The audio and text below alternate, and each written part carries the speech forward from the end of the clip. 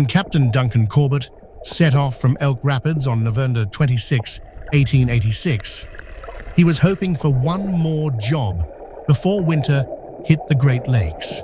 He and his crew set out from Grand Traverse Bay's east side, headed for Chicago with a load of crude iron and lumber. His vessel, the Metropolis, was a 125-foot-long, two-masted wooden schooner. A typical cargo transport of the time, these were common sights on the Great Lakes. But the Metropolis didn't make it to Chicago. In fact, it never even left the bay. As snowflakes started to fall that evening, one can only imagine what was going through Corbett's mind. Late into the night, a snowstorm blew over the water. Around 3 a.m., the ship ran aground off Old Mission Point, which splits the bay into its distinctive halves. Despite the cold, the crew made it to dry land. Corbett called for a tugboat from Sheboygan, but after 2 days of struggle, everyone had deserted the Metropolis. It stayed beached as December rolled in, along with sheets of ice that formed across the bay. With the dueling pressures of ice and water battering against it, the Metropolis was eventually pulled down into deep waters. Built in Cleveland, Ohio in 1857, the ship seemed to be destined for trouble.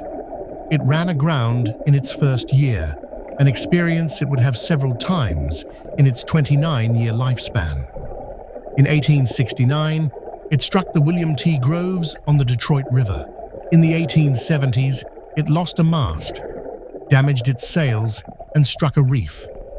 In 1883, the ship washed ashore, the crew abandoning cargo to make it to safety. Just 2 months before the Metropolis sank in Grand Traverse Bay, Captain Duncan Corbett's brother, John Corbett, fell through a hatch in the ship to the cargo area below, with several pigs or ingots of iron falling on top of him. He broke his leg.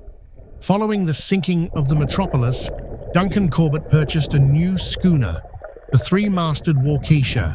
On November 12, 1896, while carrying a load of salt and apples, a storm overtook the Waukesha. Corbett attempted to find shelter in Muskegon Harbor, but the strong winds wouldn't let him in. Drifting south fast, Corbett set the anchor a mile out. Little is known of how the ship actually sank, but when debris started to drift ashore, its fate was unmistakable. Captain Corbett died in the storm, along with 5 of his crew members. Only 1 crew member survived, rescued in a weakened, unresponsive state. The stories of the Metropolis and the Waukesha are not those of cursed ships or captains, but of the very real dangers many Great Lakes sailors faced at the time. By the way, the Metropolis still lies below the waters east of Old Mission Point, split into 2 sections, one shallow and one deeper. All that's left is the keel, the central beam running across the bottom of the ship, and the ribs. On a sunny day, when the water is clear, you might see the skeletal remains of Metropolis, a haunting message from a time that's far removed from the Grand Traverse Bay we know today.